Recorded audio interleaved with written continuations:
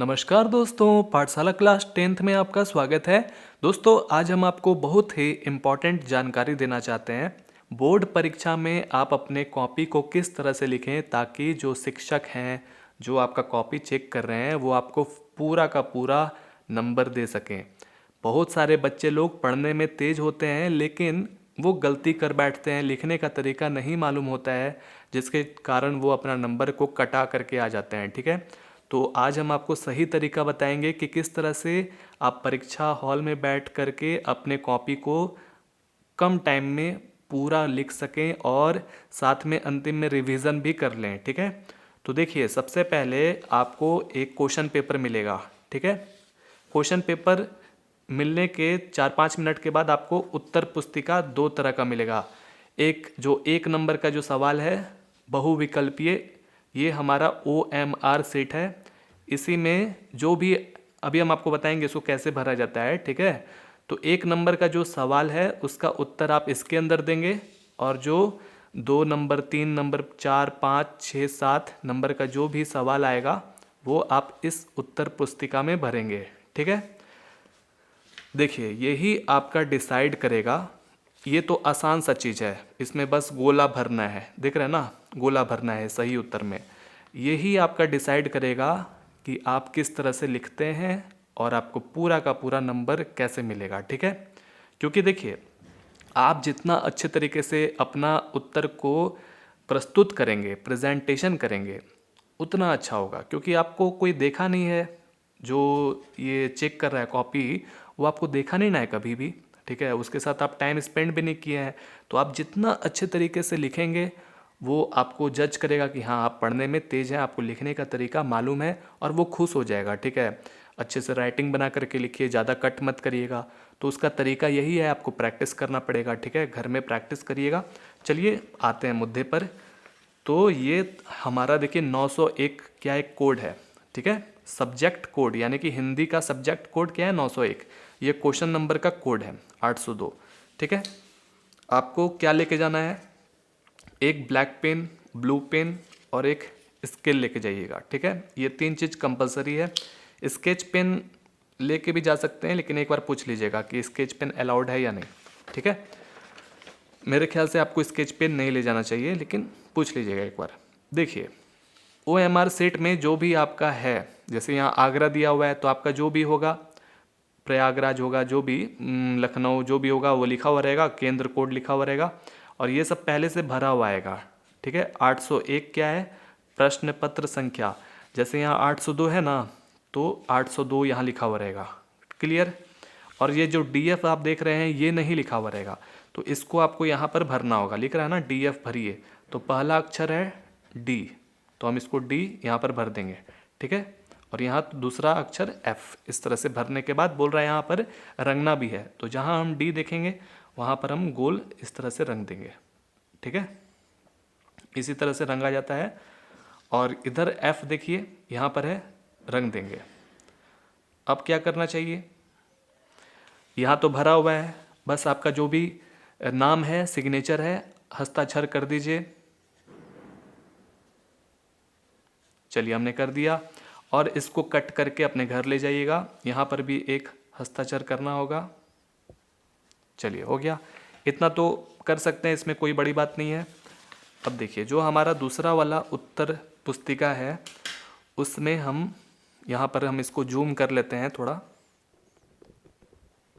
इसमें हम अपना अनुक्रमांक भरेंगे। जैसे यहाँ क्या दिया हुआ है, 1 2 3 4 5 6 7 8 9 0।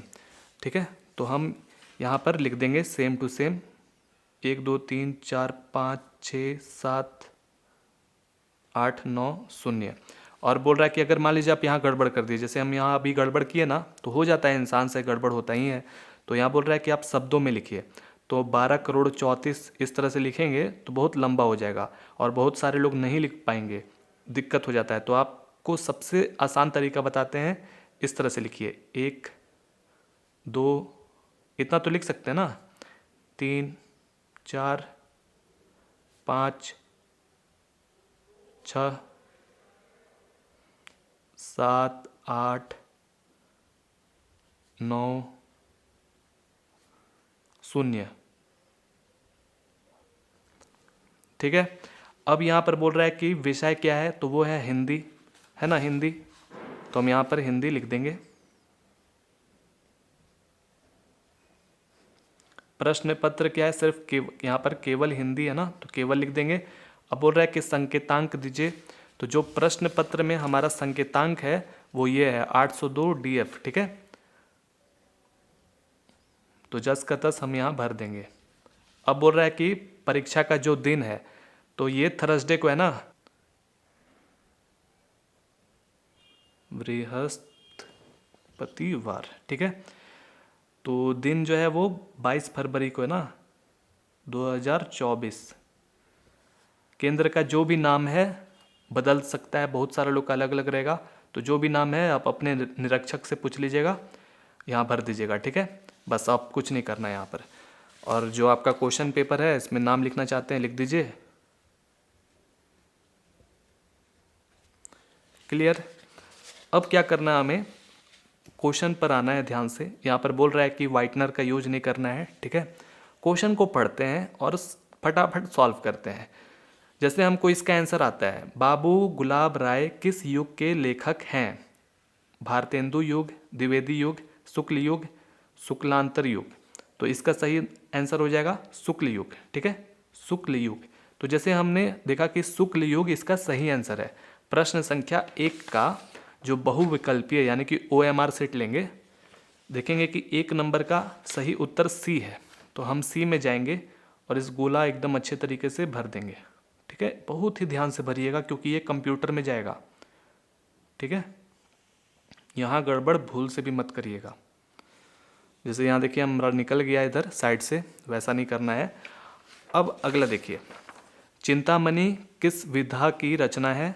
तो निबंध, कविता, नाटक, कहानी। तो इसका सही उत्तर हो जाएगा निबंध, ठीक है, निबंध। तो इसी तरह से आप दूसरा का देखें कि A है, तो हम यहाँ पर भर देंगे, ठीक है। चलिए भर दीजिएगा आप अच्छे तरीके से। तो ऐसे ही भरना है। अब हम फटाफट इसको सॉल्व करते हैं। अब इतना तो कर सकते हैं ना आप, OMR सीट में भर दीजिएगा, ठीक है। गबन किसकी रचना है? मुंशी प्रेमचंद्र जी की रचना है गबन, ठीक है। शुक्ल युग की समयावधि है, शुक्ल युग याद रखिए। तो इसका 1936 से 1943 तक या 1919 से 1938 तक, तो यही हो जाएगा, ठीक है। 1919 से लेकर के 1938 तक शुक्ल युग था, ठीक है। नीड़ का निर्माण फिर किस विधा की रचना है? जीवनी, आत्मकथा और साक्षात्कार, रेखाचित्र, ठीक है, नीड़ की। तो इसमें हो जाएगा हमारा आत्मकथा। क्लियर। आगे देखते हैं, प्रिय प्रवास किस युग की रचना है? प्रिय प्रवास किस युग की रचना है? तो इसमें हो जाएगा द्विवेदी युग। क्या हो जाएगा? द्विवेदी युग, ठीक है। मधुशाला किसकी रचना है? तो अमिताभ बच्चन के जो पापा हैं हरिवंश राय बच्चन, उन्हीं की, ये बहुत ही फेमस है, ठीक है। भारत भारती किसकी रचना है? सियाराम शरण गुप्त की, मैथिली शरण गुप्त, जयशंकर प्रसाद या महादेवी वर्मा। तो इसका सही आंसर हो जाएगा मैथिली शरण गुप्त की, ठीक है। आधुनिक काल यानी कि जो आज का समय चल रहा है इसी को आधुनिक काल कहते हैं। कब से कब तक है? तो अब तक है, तो 1843 से लेकर के अब तक। अगला देखिए, मतीराम किस युग के कवि हैं? आधुनिक काल, आदिकाल, भक्ति काल, रीतिकाल। तो इसका सही उत्तर हो जाएगा रीतिकाल, ठीक है। हास्य रस का स्थायी भाव, हास्य का बात किया जा रहा है तो हास्य हो जाएगा, सिंपल, ठीक है। हंसना होता है ना, हंसना, हास्य का मतलब क्या होता है? हंसना। तो यही हो जाएगा, इसका स्थायी भाव यही हो जाएगा, ठीक है, हास्य। चलिए आगे देखते हैं। सोहत ओढ़े पीत पट, श्याम सलोने गात, मनोनील मणि शैल पर आतप प्रयोग प्रकाश। उपरोक्त पंक्तियों में कौन सा अलंकार है? तो इसका सही आंसर हो जाएगा उत्प्रेक्षा अलंकार, ठीक है। क्या हो जाएगा? उत्प्रेक्षा अलंकार। रोला छंद में कुल कितनी चरण होते हैं? तो 4 चरण होते हैं। तो देखिए जहाँ 4 है वहाँ पर टिक कर दीजिए, 4, ठीक है। आकर्षण शब्द में किस उपसर्ग का प्रयोग किया गया है? आ प्लस कर्षण, ठीक है, तो आ हो जाएगा इसका सही उत्तर। उपसर्ग का बात किया जा रहा था, यानी कि आगे वाला हिस्सा। रचना के आधार पर वाक्य के कितने भेद हैं? 2, 5, 6, 3, 3 हो जाएगा इसका सही उत्तर। पीताम्बर में कौन सा समास है? कर्मधारय, द्वंद्व, बहुव्रीहि, तत्पुरुष। तो बहुव्रीहि इसका सही आंसर हो जाएगा, ठीक है। आंसू का तत्सम रूप है अश्रु, बहुत सिंपल, ठीक है। तत्सम पूछ रहा है तो अश्रु हो जाएगा। अब देखिए, कर्तरी वाच्य में किसकी प्रधानता होती है? कर्ता की, कर्ता ही का हो जाएगा, ध्यान दीजिए, कर्ता की प्रधानता होगा। ताभ्य शब्द में वचन एवं विभक्ति है। षष्ठी विभक्ति एक वचन, सप्तमी विभक्ति द्विवचन, षष्ठी विभक्ति बहुवचन, चतुर्थी विभक्ति बहुवचन। तो इसका सही उत्तर हो जाएगा चतुर्थी विभक्ति बहुवचन।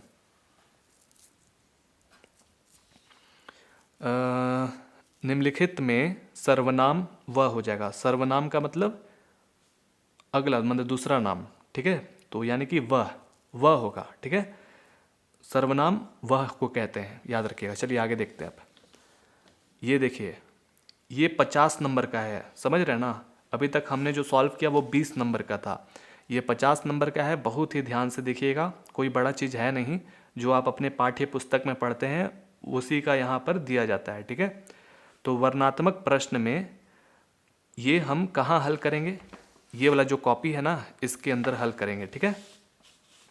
तो यहाँ पर 2 गद्यांश दिया गया है, जो आपको आसान लग रहा है उसको आप सॉल्व करिए। हमको ये अच्छा लगता है तो हम इसको सॉल्व करेंगे। पढ़ते हैं क्या कहता है।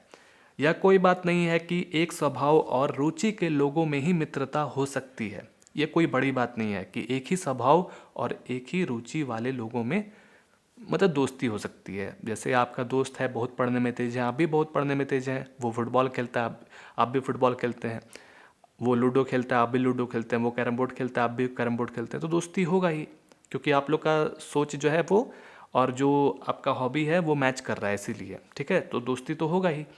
तो बोल रहा है कि समाज में विभिन्नता देखकर लोग एक दूसरे की ओर आकर्षित होते हैं। तो जैसे मान लीजिए ऐसा भी है कि आप बहुत अच्छे हैं, संस्कारी हैं, मतलब बहुत सभ्य लड़का है, और आपका कोई दोस्त जो है वो गुटखा खाता है, सिगरेट पीता है, दारू पीता है, या कुछ गलत काम करता है, ठीक है, तो अच्छा लोग भी बिगड़ जाता है। कहावत भी है कि गंदगी जो है वो ज़्यादातर आकर्षित होता है, खींचता है लोगों को, ठीक है, तो लोग बिगड़ता भी है। तो वही कह रहा है कि ऐसा भी ज़रूरी नहीं है कि अलग अलग स्वभाव का लोग जो है एक दूसरे के आकर्षित हो सकता है। तो यहाँ पर कुछ उदाहरण भी दिया गया है, पढ़ते हैं हम लोग। जो गुण हम में नहीं है, हम चाहते हैं कि कोई ऐसा मित्र मिले जिसमें वे गुण हो। चिंताशील मनुष्य, चिंताशील समझ रहे ना, जो बहुत परेशान रहता है, बहुत तनाव लेते रहता है, बिना मतलब का तनाव लेते रहता है, ठीक है। प्रफुल्लित चित्त का साथ ढूंढता है। प्रफुल्लित मतलब जो बहुत खुश रहता है, अपने ज़िंदगी में तरक्की कर रहा है, कम भी कमा रहा है लेकिन बहुत खुश है, एंजॉय कर रहा है अपने ज़िंदगी को, तो वो क्या करता है, उसका साथ ढूंढता है, ठीक है, ताकि वो भी अपना गम को इधर शेयर करे और उसका खुशी देख करके वो भी प्रफुल्लित रहे, इसीलिए। निर्बल बली का, ठीक है, यानी कि जो बहुत कमज़ोर रहता है वो ताकतवर आदमी से दोस्ती करना चाहता है, ठीक है, ताकि वो भी सोचता है कि मेरा भी समाज में इज्जत रहे, हम भी कुछ कहलाएं, मेरे से भी लोग डरे। जो बहुत कमज़ोर रहता है वो ताकतवर इंसान का दोस्ती करता है, और जो धीर है वो उत्साही का करता है, ठीक है। उच्च आकांक्षा वाला चंद्रगुप्त युक्ति और उपाय के लिए चाणक्य का मुंह ताकता था। देखिए, चंद्रगुप्त मौर्य एक बहुत बड़ा राजा था, उसको राजा कौन बनाया था? चाणक्य जी ने बनाया था, ठीक है। चाणक्य जी जो है ना वो ब्राह्मण थे और वो गुरु थे, ठीक है, राजाओं लोग के गुरु थे। तो इसी तरह से एक कोई राजा था, बहुत ही प्रसिद्ध था। वो क्या हुआ कि चाणक्य जी को अपने समाज में, अपने राज्यसभा में बहुत बेइज्जती कर दिया था, बहुत ही बुरा बेइज्जती कर दिया था। तो उनको बहुत गुस्सा आ गया चाणक्य जी को। तो फिर वो राज्य को, वो शहर छोड़ करके वो चले गए, और चंद्रगुप्त जो लड़का था उसको बहुत ही शिक्षा दीक्षा दिया और राजपाट सिखाया कि किस तरह से राज किया जाता है, ठीक है। तो इसको बहुत ही बड़ा राजा बना दिया था, ठीक है। तो चाणक्य जी ने चंद्रगुप्त को बहुत बड़ा राजा बनाया था, ठीक है। और फिर ये चंद्रगुप्त जो है ना उससे बदला लेता है। समझ में आया? यानी कि ये जो है राजा इसलिए इसको बनाए चंद्रगुप्त को, ताकि ये समाज को भी भलाई कर सके और साथ में उस राजा से बदला भी ले सके। तो दोनों ही एक दूसरे का जरूरत था। समझ में आ गया ना? तो ये चीज़ है। नीति विरासत अकबर मन बहलाने के लिए बिरबल की ओर देखता था। आप जानते ही अकबर एक बहुत बड़ा राजा था, तो अपने नौकर यानी कि नौकर ही ना था एक तरह से बिरबल उसके यहाँ, तो वो लोग दोनों का क्या है दोस्ती था बहुत ज़्यादा, दोनों एक दूसरे को बातचीत करके अपना मन बहलाता था। तो ये था कुछ हमारा एक गद्यांश जो कि मित्रता एक चैप्टर है, आप पढ़े होंगे, ठीक है, तो उसी से लिया गया है। तो यहाँ पूछ रहा है कि उपयुक्त गद्यांश का संदर्भ लिखिए। तो संदर्भ में क्या हो जाएगा कि भाई हमारे ये पाठ्य पुस्तक मित्रता पाठ से लिया गया है और इनके लेखक का नाम है आचार्य रामचंद्र शुक्ल जी। ठीक है, तो हम इसको चलिए कैसे लिखते हैं, हमको अगर इसका आंसर मालूम है तो हम कैसे लिखेंगे हम आपको दिखलाते हैं। ठीक है, सबसे पहले हम इधर पेज पलटेंगे और इसको जूम आउट कर लेते हैं। ठीक है, चलिए हमने इसको जूम आउट कर लिया, यही हमारा पेज है। अगर आप इसमें लिखना चाहते हैं लिख सकते हैं, लेकिन हम कहेंगे कि आप यहाँ से शुरू करिएगा, अच्छा लगेगा। तो आपको क्या करना है, इधर एक लाइन ड्रॉ कर लीजिए। ज़रूरी नहीं है कि हम जितना चौड़ा ड्रॉ कर रहे हैं उतना ही चौड़ा आपको भी करना है, बस सामने वाला को दिखलाना है कि हमने इस लाइन के अंदर अपना उत्तर को लिखा हुआ है, ताकि दूर से देखना चाहिए कि हाँ यहाँ से ये उत्तर है। जितना अच्छे से नीट एंड क्लीन अच्छे से लिखेंगे, सामने वाला जो एग्जामिनर है वो खुश होगा और आपके उत्तर को समझ पाएगा कि आपने कहाँ से कहाँ तक इसका उत्तर लिखा हुआ है। ठीक है, जो बहुत कमज़ोर छात्र हैं उनके लिए यही दवा है कि वो क्या करें, अपना उत्तर को बहुत सुंदर राइटिंग से लिखें और प्रेजेंटेशन अच्छा करें। ठीक है, अगर मान लीजिए सामने वाला नहीं भी पढ़ रहा है, होता है ऐसा कि बहुत सारा कॉपी जो है वो चेक करने में बहुत लोड रहता है उस लोग को, तो देखता है कि बहुत सुंदर राइटिंग लिखा है, बहुत अच्छे से प्रेजेंटेशन किया है, तो सोचता है कि अच्छा छात्र होगा। तो देखिए हम इसको कैसे करेंगे, यहाँ लिखेंगे प्रश्न 1। वैसे हमें यहाँ उत्तर लिखना चाहिए, लेकिन प्रश्न 1 हम लोग इसलिए लिख रहे हैं, उससे पहले हम लिखेंगे यहाँ खंड ब, ताकि सामने वाला को लगे कि हाँ हम खंड ब से उत्तर देना चाह रहे हैं। ठीक है, ये लिखने के बाद काला रंग से लिख देंगे ताकि हाईलाइट हो कि ये क्वेश्चन है, यानी कि कोई हाईलाइट चीज़ है। अब प्रश्न 1 पर हम आते हैं, क्योंकि आप प्रश्न 1 का ना भी जवाब दे रहे हैं। बहुत सारे बच्चे लोग को प्रश्न 3 का जवाब देना होगा पहले, हो सकता है आप लिख सकते हैं, कोई दिक्कत नहीं है। ठीक है, लेकिन हम चाहते हैं कि प्रश्न 1 का ही पहले उत्तर दिया जाए, तो हमने ऐसे हाईलाइट कर लिया। अभी राइटिंग अच्छा नहीं बन रहा है मेरा, लेकिन आप अच्छे से लिखिएगा, हम अभी वीडियो बना रहे हैं ना इसीलिए। तो देखिए प्रश्न 1 में क्या बोल रहा है, यह कोई बात नहीं, तो हम यहाँ लिख देंगे इस तरह से कि भाई हम इसका आंसर दे रहे हैं, यह कोई बात नहीं। और पूरा तो लिखेंगे तो बहुत टाइम ना लग जाएगा, तो हम इस तरह से ऐसे डैश डैश डैश डैश दे देंगे कि भाई यही समझ लीजिए ये पूरा लिखे हैं, और लास्ट में जो 2 शब्द है देखता था ये लिख देंगे, देखता था। अब इसी का हम उत्तर देना चाहते हैं, तो यहाँ लिखेंगे उत्तर 1 का पहला। ठीक है, तो इसका मतलब यहाँ पर आप उत्तर 1 का दे रहे हैं, यहाँ पहला मत लिखिएगा, या लिख भी सकते हैं। तो पहला कौन है, यहाँ हम डायरेक्ट लिख रहे हैं, पहला जो है वो पूछ रहा है कि संदर्भ बताइए, इस गद्यांश का संदर्भ बताइए। तो हम यहाँ लिखेंगे संदर्भ जो भी है, यहाँ से मेरा लिखना शुरू होगा। समझ गए? ब्लू पेन से हम यहाँ पर लिखने जा रहे हैं।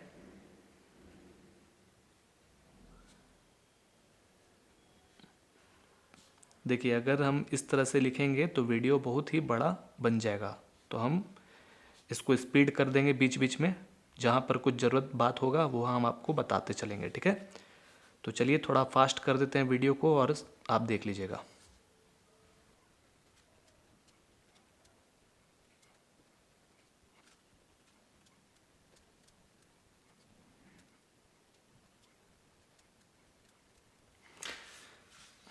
तो ये रहा हमारा संदर्भ। प्रस्तुत गद्यांश हमारी पाठ्य पुस्तक के गद्य खंड में संकलित मित्रता नामक पाठ से लिया गया है। इसके लेखक आचार्य रामचंद्र शुक्ल जी हैं। बस हो गया, कितना सिंपल आंसर था। अब जो दूसरा है उसमें कह रहा है कि गद्यांश के रेखांकित अंश की व्याख्या कीजिए। तो देखिए अंश यानी कि ये कहना क्या चाहता है ये गद्यांश, तो हमने देखा कि ये कहना चाह रहा है कि ठीक है, दोस्ती जो है, मित्रता जो है, वो एक स्वभाव के लोगों से भी होता है, लेकिन ये पूरे तरीके से सच्चाई नहीं है।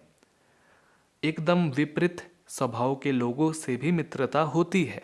ठीक है, जैसे आपने देखा कि जो निर्बल है वो बलशाली लोगों से दोस्ती करता है, चंद्रगुप्त और ये क्या नाम है इनका, चाणक्य जी, इनका दोनों का दोस्ती है।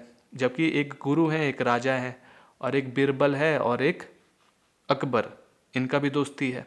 ठीक है, तो आपने देखा ना, एकदम डिफरेंट लोगों से भी दोस्ती होता है। तो इसके पीछे क्या रीज़न है? रीज़न ये है कि लोग अपने में वो टैलेंट को भरना चाहता है। जैसे निर्बल जो है वो अपने अंदर बल को लाना चाहता है।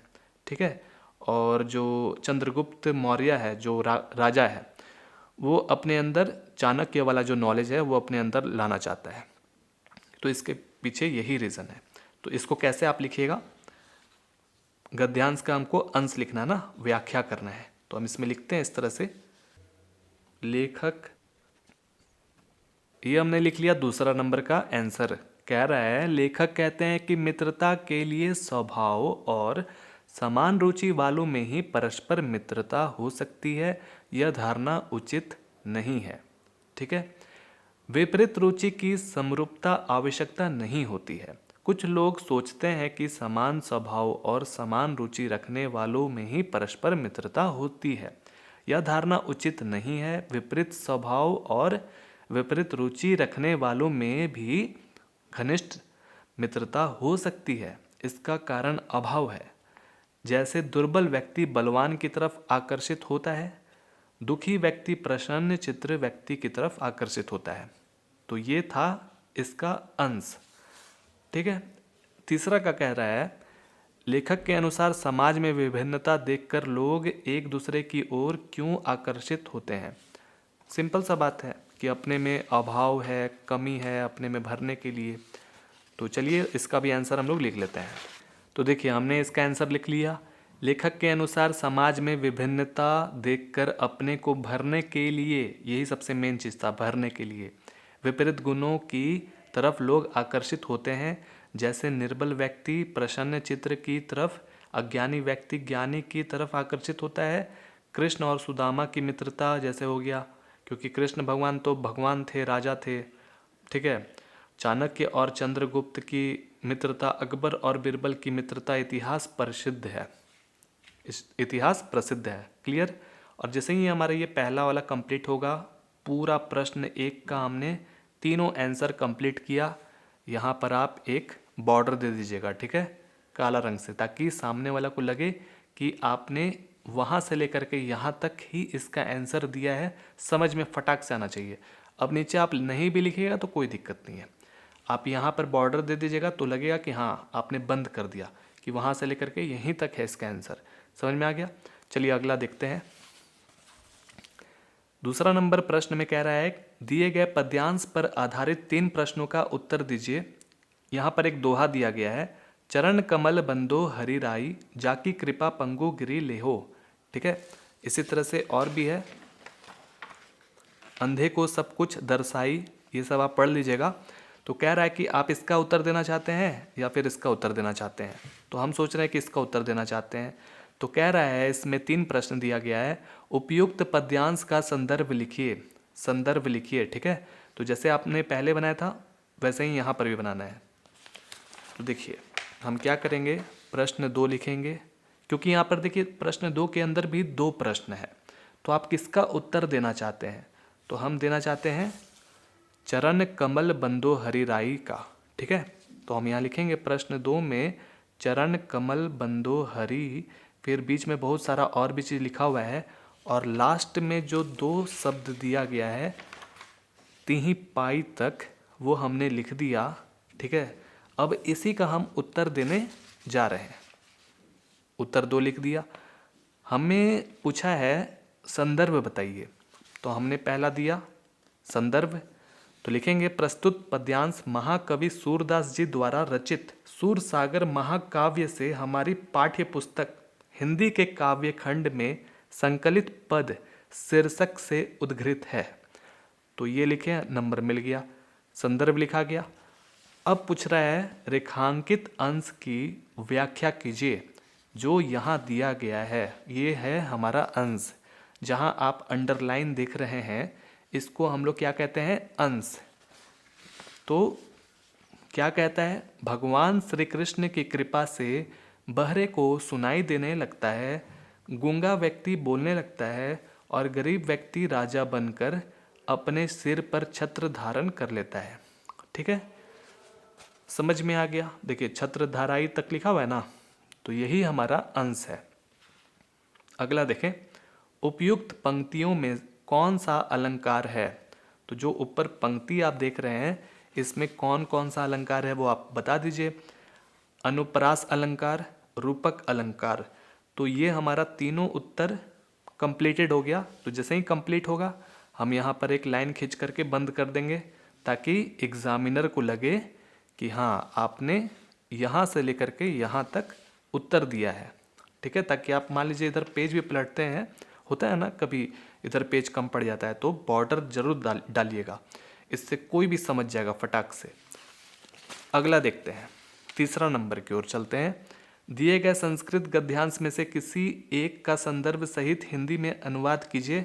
नीचे देखिए यहाँ दिया गया संस्कृत गद्यांश है, याद रखें ये भी है ये भी है। इसको हमको अनुवाद करना है हिंदी में, हिंदी में बताना है कि ये क्या लिखा हुआ है और साथ में संदर्भ भी बताना है। ठीक है, सबसे पहले संदर्भ बताना है फिर हिंदी में ट्रांसलेट करना है। तो आप जिसका भी उत्तर देना चाहते हैं, दोनों में से किसी का भी, सबसे पहले आपको वो प्रश्न लिखना होगा। तो हम ऐसा नगरी भारतीय संस्कृत वाला जो आप देख रहे हैं इसका उत्तर देना चाहते हैं। तो हम यहाँ लिखेंगे प्रश्न 3, ऐसा नगरी भारतीय संस्कृत। इसके बीच में और भी दोहा है, उसको पूरा लिखेंगे तो टाइम लगेगा ना, तो बीच में डैश डैश डैश देने के बाद लास्ट का जो 2 शब्द है भाषायम कारितः, ये हमने लिख दिया। ये हमारा प्रश्न हो गया। इसी का उत्तर अब देंगे, उत्तर लिख दिए। सबसे पहले हमसे पूछा है संदर्भ बताइए। लिखेंगे प्रस्तुत गद्यांश हमारी पाठ्य पुस्तक के संस्कृत खंड में संकलित वाराणसी नामक पाठ से लिया गया है। इस गद्यांश में वाराणसी के प्राचीन गौरव एवं महत्वता पर प्रकाश डाला गया है। ठीक है, ये हमारा संदर्भ हो गया। अनुवाद करिए। नगरी भारतीय संस्कृत और संस्कृत भाषा का केंद्र स्थल है। यहीं से संस्कृत साहित्य और संस्कृति का प्रकाश चारों ओर फैला है। मुगल युवराज दारा सिकोह ने यहीं आकर भारतीय दर्शन शास्त्रों का अध्ययन किया था। वह उनके ज्ञान में इतना प्रभावित हुआ कि उसने उपनिषदों का अनुवाद फारसी भाषा में करवाया। इसका कहने का मतलब ये है। ठीक है, तो इस तरह से तीसरा क्वेश्चन कंप्लीटेड हो जाता है। इतना कर लेंगे तो 5 नंबर मिल जाएगा, 2 नंबर संदर्भ का, 3 नंबर अनुवाद का। आगे देखते हैं। दिए गए संस्कृत पद्यांश में से किसी एक का संदर्भ सहित हिंदी में अनुवाद कीजिए।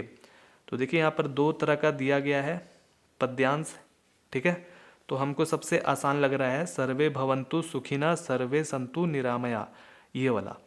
तो हम सबसे पहले लिखेंगे प्रश्न संख्या 4। देखिए हम लिख दिए हैं सारा चीज़।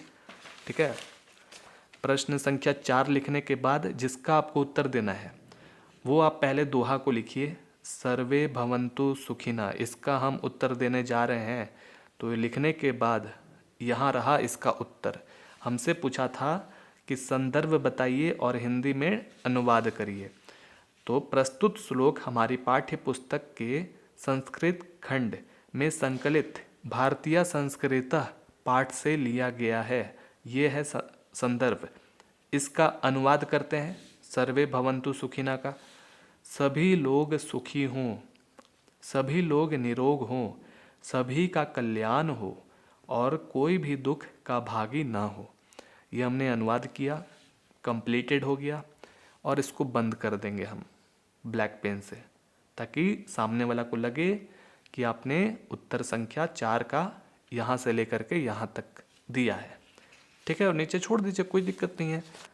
प्रश्न 5 में अपने पठित खंड काव्य के आधार पर निम्नलिखित प्रश्नों में से किसी एक का उत्तर दीजिए। देखिए निम्नलिखित में इतना सारा क्वेश्चन दिया गया है, कितना सारा क्वेश्चन है। अब बोल रहा है कि इसमें से किसी एक खंड काव्य को उठाइए, तो चलिए हम क खंड काव्य को उठा लेते हैं। अब इसके अंदर भी 2 प्रश्न है, ठीक है, दोनों में से आप किसी एक को दे सकते हैं उत्तर, ठीक है। तो हम चाह रहे हैं कि पहला ही वाला दे देते हैं। मुक्तिदूत खंड काव्य के आधार पर गांधी जी का चरित्र चित्रण कीजिए, ठीक है, यही आंसर हम दे देंगे और ये आंसर देने के बाद हमको 3 नंबर मिलेगा, ठीक है। ये रहा 5वां नंबर, ऊपर से आप बंद कर दीजिएगा, हम बंद नहीं किए हैं, यानी कि लाइन खींच दीजिएगा काला रंग से। उत्तर 5 देंगे, ठीक है, दे दिए। उसका बहुत सारा है ना खंड काव्य, तो किसका आप बना रहे हैं, क का, तो क का कौन सा, पहला वाला, तो हम यहाँ पर पहला दे दिए और लिख भी दिए साथ में मुक्ति दूत के बारे में हम यहाँ पर बताना चाह रहे हैं। मुक्ति दूत के अंदर गांधी जी का चरित्र चित्रण के बारे में यहाँ पर हम लिखने जा रहे हैं, ठीक है, उसी का उत्तर। ये लिखेंगे इतना सारा तो 3 नंबर मिलेगा। तो ये रहा कुछ, आप लिख लीजिए, इतना पढ़ेंगे तो बहुत टाइम लग जाएगा। स्क्रीनशॉट ले लीजिए और साथ में लिख लीजिए। तो गांधी जी का चरित्र चित्रण करना है कि भाई बहुत लोग उनको अवतारी पुरुष मानता था कि भगवान बन के इस दुनिया में आए हैं, ठीक है। हरिजनों का उद्धारक कहा जाता था उनको, कि हरिजनों को बहुत ज़्यादा प्यार किए, माने, ठीक है, उनका उद्धार किए। तो ये सब चीज़ के बारे में आप लिख लीजिए। और मातृभक्त यानी कि अपने देश के लिए बहुत ज़्यादा भक्ति था उनको, जन जन में लोकप्रिय थे, बहुत फेमस थे ही, बहुत ज़्यादा फेमस थे। तो ये सब कुछ हमारा पॉइंट है, इस तरह से आप लिख लीजिए, ठीक है, स्क्रीनशॉट ले लीजिए, ऐसा पूछ सकता है एग्ज़ाम में। चलिए तो फिर इस तरह से हमारा कंप्लीटेड हो जाता है 5वां नंबर। 6ठा में कह रहा है कि दिए गए लेखकों में से किसी एक का जीवन परिचय लिखते हुए उनकी एक प्रमुख रचना का उल्लेख कीजिए। डॉक्टर राजेंद्र प्रसाद के बारे में लिखना चाहेंगे या फिर जयशंकर प्रसाद के बारे में, आचार्य रामचंद्र शुक्ल जी के बारे में लिखना चाहेंगे, किन के बारे में लिखना चाहेंगे, आपकी इच्छा है। हम आपको बताते हैं, जयशंकर प्रसाद जी के बारे में लिखिए।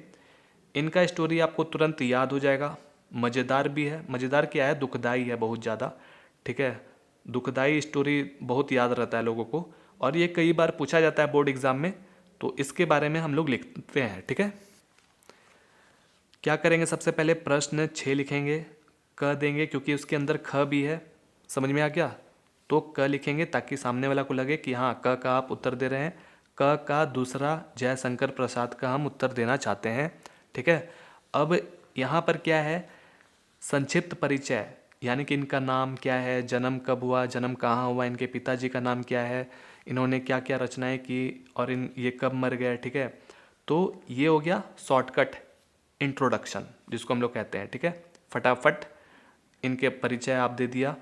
अब विस्तार से जो जीवन परिचय है वो अगर आप देते हैं तो 3 नंबर मिलेगा, और ये अगर देंगे तो 2 नंबर मिलेगा। जरूरी नहीं है कि आप ऐसा ही लिखें, आप संक्षिप्त परिचय यहाँ पर बॉक्स बना करके भी लिख सकते थे और इसके नीचे जीवन परिचय दे सकते थे। चलिए आप ऐसा भी लिखेंगे तो फुल में फुल नंबर मिलेगा। पढ़ते हैं। नाम जयशंकर प्रसाद, जन्म 1889 ईस्वी में हुआ था, काशी में हुआ था इनका जन्म, काशी बनारस में है, बहुत ही पवित्र स्थान, दुनिया का सबसे ज़्यादा पवित्र स्थान। उत्तर प्रदेश जानते ही होंगे आप। इनके पिताजी का नाम देवी प्रसाद, ठीक है।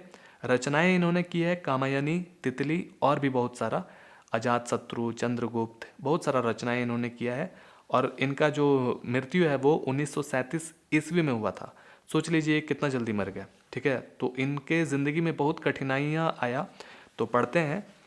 जयशंकर प्रसाद का जन्म काशी के एक प्रतिष्ठित वैश्य परिवार में सन 1889 ईस्वी में हुआ था, ठीक है। ये यानी कि ये अमीर घर में पैदा लिए थे और इनके पिताजी जो है तंबाकू का व्यापार करते थे, ठीक है। इनके पिता का नाम देवी प्रसाद था तथा माता का नाम मुन्नी देवी था, ठीक है। जयशंकर प्रसाद जी ने 9 वर्ष की आयु में ही एक कविता की रचना की, जिसे पढ़कर इनके पिता ने इन्हें महान कवि बनने का आशीर्वाद दिया। देखिए जब 9 साल के थे तो आप भी 9 साल के होंगे तो कुछ ना कुछ ड्राइंग बनाते होंगे, खिलौना बनाते होंगे, कुछ भी बनाते होंगे, गाना बनाते होंगे, अपने पापा मम्मी को सुनाते होंगे। तो इसी तरह से इन्होंने एक कविता बनाया, ठीक है, और अपने पापा के पास ले गए दिखाने के लिए, सुनिए मेरा कविता। और सुने तो बहुत आश्चर्यचकित हो गए कि वाह, इतना कम उम्र में इतना अच्छा कविता लिखा है।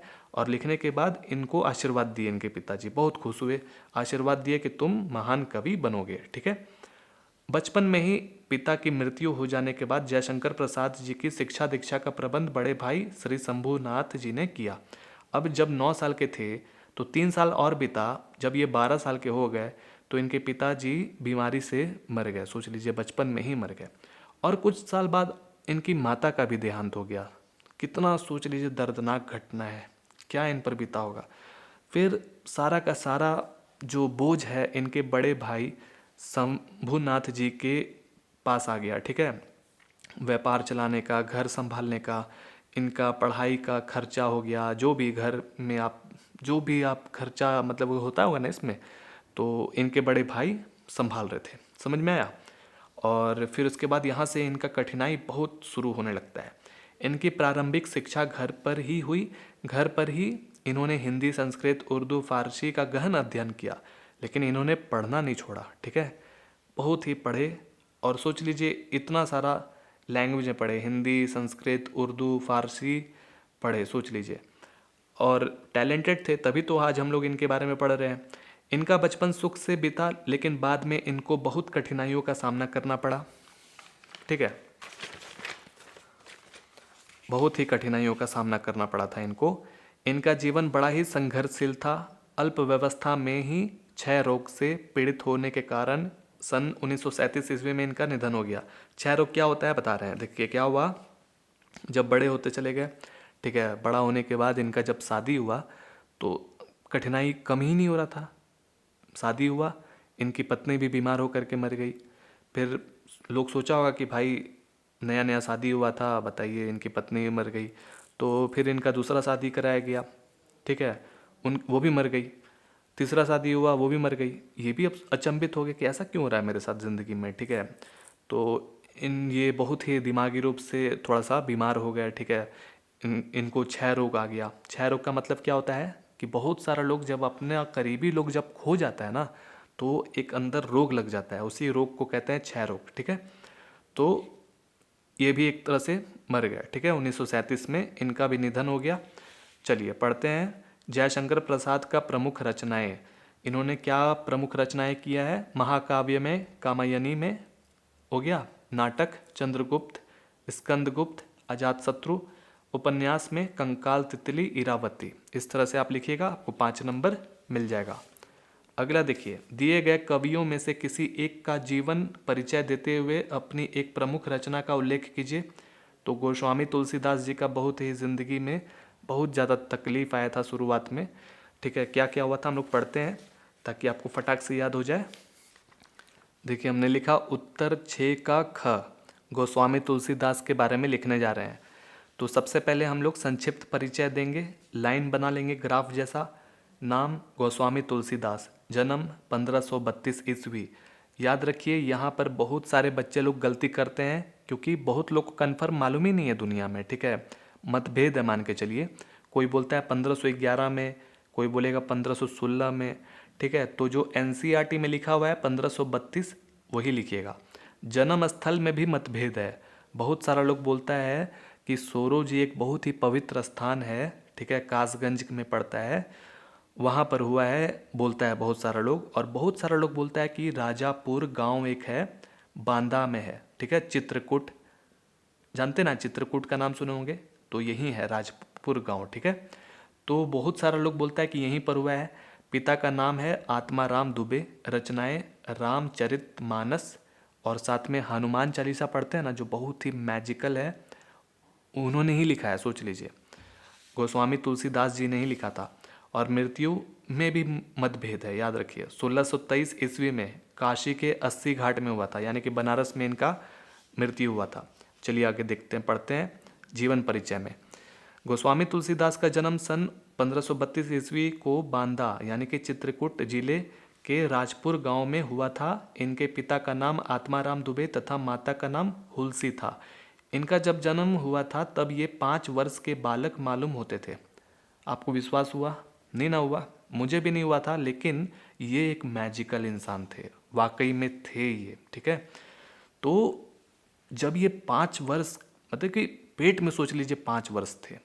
ठीक है, तो जब ये पैदा हुए थे तो इनके मुंह के अंदर 32 के 32 दांत थे। जितना दांत होता है इंसान का उतना पूरा का पूरा दांत था। और जब ये पैदा लिए थे तो राम बोलते हुए पैदा लिए थे, इसलिए इनका वहाँ पर जो लोग था, जो देख रहा था आश्चर्यचकित होकर के, तो गांव वाला जो है ना, इनका नाम राम बोला रख दिया था। तो पढ़िए, 5 वर्ष के हुआ कर मालूम होते थे, है ना। दांत भी सब मौजूद थे। जन्मते ही मुख से राम का शब्द निकला और लोग इन्हें राम बोला कहने लगे। आश्चर्यचकित होकर इन्हें राक्षस समझकर माता पिता द्वारा त्याग दिए जाने के कारण प्रारंभिक कुछ वर्षों तक इनका पालन पोषण इनकी माता हुलसी की दासी, ध्यान से सुनिए, हुलसी की दासी मुनिया की सास चुनिया ने किया, जबकि बाद में प्रसिद्ध संत बाबा नरहरिदास ने इनका पालन पोषण किया। इनका विवाह रत्नावली के साथ हुआ था। ये अपनी पत्नी के प्रेम में बहुत अनुरक्त रहते थे, लेकिन लड़ाई झगड़ा हो गया जिसके कारण घर इनको छोड़ना पड़ा और ये अपने साधु महात्मा बन गए और कवि बन गए। ठीक है, फिर बोल रहा है कि पत्नी के डांट के कारण इनके मन में वैराग्य उत्पन्न हो गया।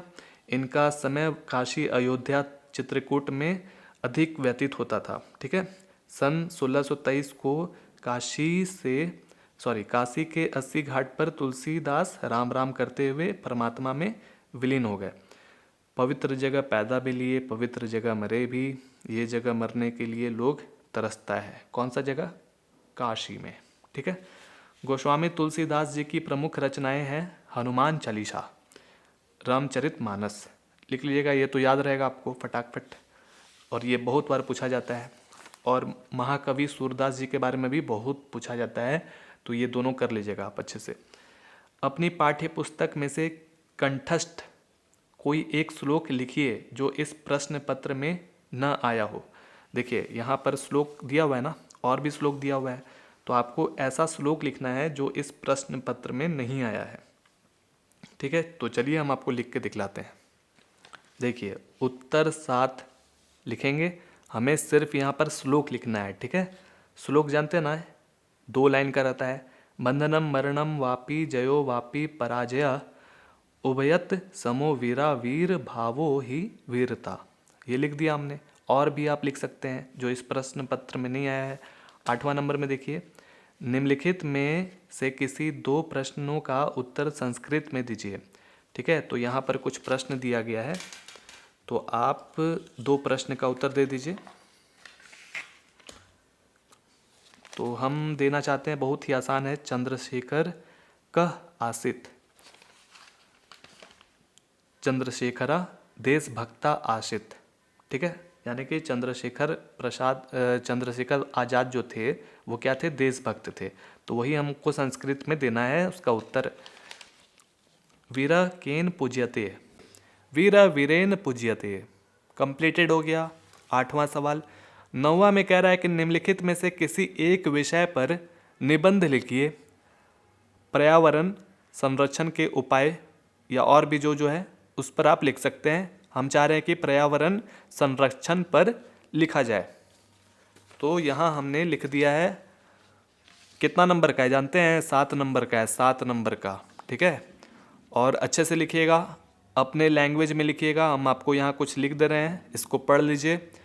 इतना पढ़ेंगे तो ज़्यादा टाइम लग जाएगा, कॉपी में अपने उतार लीजिए या स्क्रीनशॉट ले लीजिए। ठीक है, तो यहाँ पर हमने बताया है पूरा कि क्या महत्व है, बहुत ज़्यादा महत्व है, उसके बिना तो कुछ हो ही नहीं सकता है। ठीक है, तो उसके बाद का ये रहा पेज, लिखते चलिए। ठीक है, यहाँ पर उपाय के बारे में बताया गया है, एक एक पॉइंट करके लिख दीजिएगा।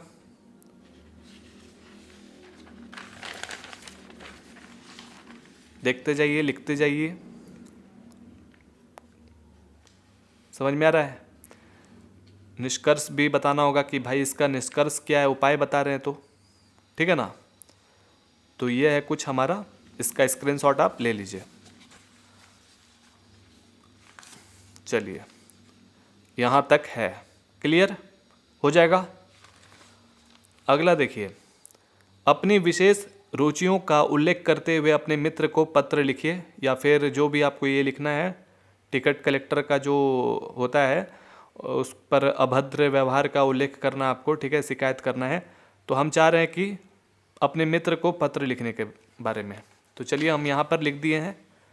जो भी उसका एड्रेस होगा सबसे पहले आपको यहाँ लिखना है, जो भी एड्रेस है, एड्रेस में यानी कि कौन सा वो मकान में रहता है, ठीक है। तो हमने लिख दिया कि सोन भवन में रहता है। कौन सा जगह, हडपसर गांव, पुणे।